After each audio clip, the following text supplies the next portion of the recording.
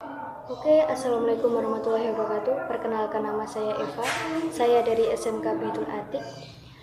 Saya akan sedikit menjelaskan tentang materi produk kreatif kewirausahaan mengenai tahapan produksi massal. Sekilas akan saya jelaskan seperti berikut ini. Oke, saya mulai. Bismillahirrahmanirrahim. Tahapan produksi massal. Suatu produksi barang-barang tentu diperlukan kerjasama untuk memproduksi barang atau lapangan usaha. Kerjasama tersebut jelas kita harus bekerja sama sesuai proses produksi barang. Contohnya, tas sekolah bisa kita dapatkan di tempat penjualan tas tersebut, dan toko tas sekolah didapatkan di pabrik pembuatan tas sekolah. Sedangkan bahan kulit tidak bisa dibuat sendiri di pabrik tas sekolah, melainkan harus membeli di perusahaan pabrik kulit. Penjelasan tersebut sama sedemikian dengan contoh lainnya. Proses produksi adalah rangkaian yang bertahap-tahap dan langkah-langkah yang berurutan dari menyediakan barang, bahan, alat, penyebaran, saluran, pengolahan, sampai akhirnya kepada konsumen.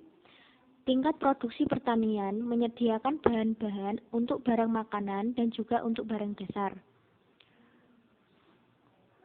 Proses produksi dapat dibedakan menjadi dua, yaitu yang pertama, proses produksi kontinu terus-menerus adalah suatu produksi di mana bahan yang mengolah mengalir secara beraturan, melewati beberapa tingkatan pengerjaan sehingga bahan yang diolah bisa berubah menjadi barang yang utuh atau jadi.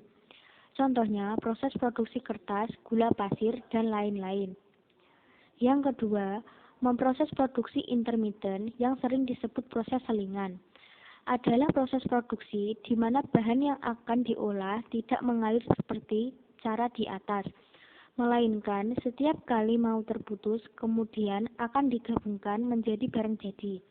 Contohnya, pada proses pembuatan sepeda motor, ada bagian membuat spatnya, ada juga yang mengerjakan kerangkanya, ada juga bagian pembuatan bannya, ada juga bagian pembuatan kelengkapan sepeda motor lainnya.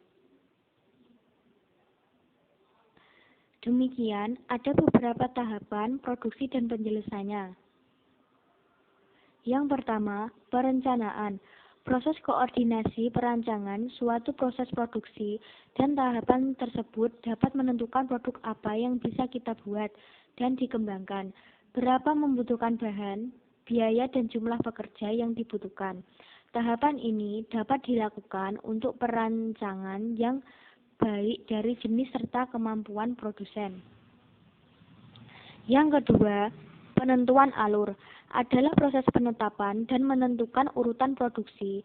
Dengan tahapan ini ditentukan produksi mulai dari pengolahan awal bahan, pembentukan, dan penyelesaian sehingga mutu distribusi menjadi bagus.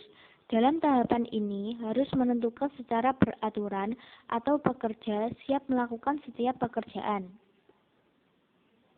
Yang ketiga, penjadwalan adalah proses memetakan suatu jadwal.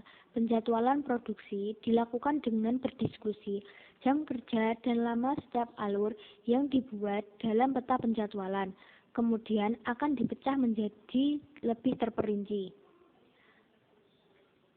Yang keempat atau yang terakhir adalah perintah mulai produksi, adalah proses menetapnya pemberian perintah setelah sudah dijadwalkan dalam dispatching akan dimasukkan dalam hasil perencanaan yang telah dilakukan pada tahap sebelumnya.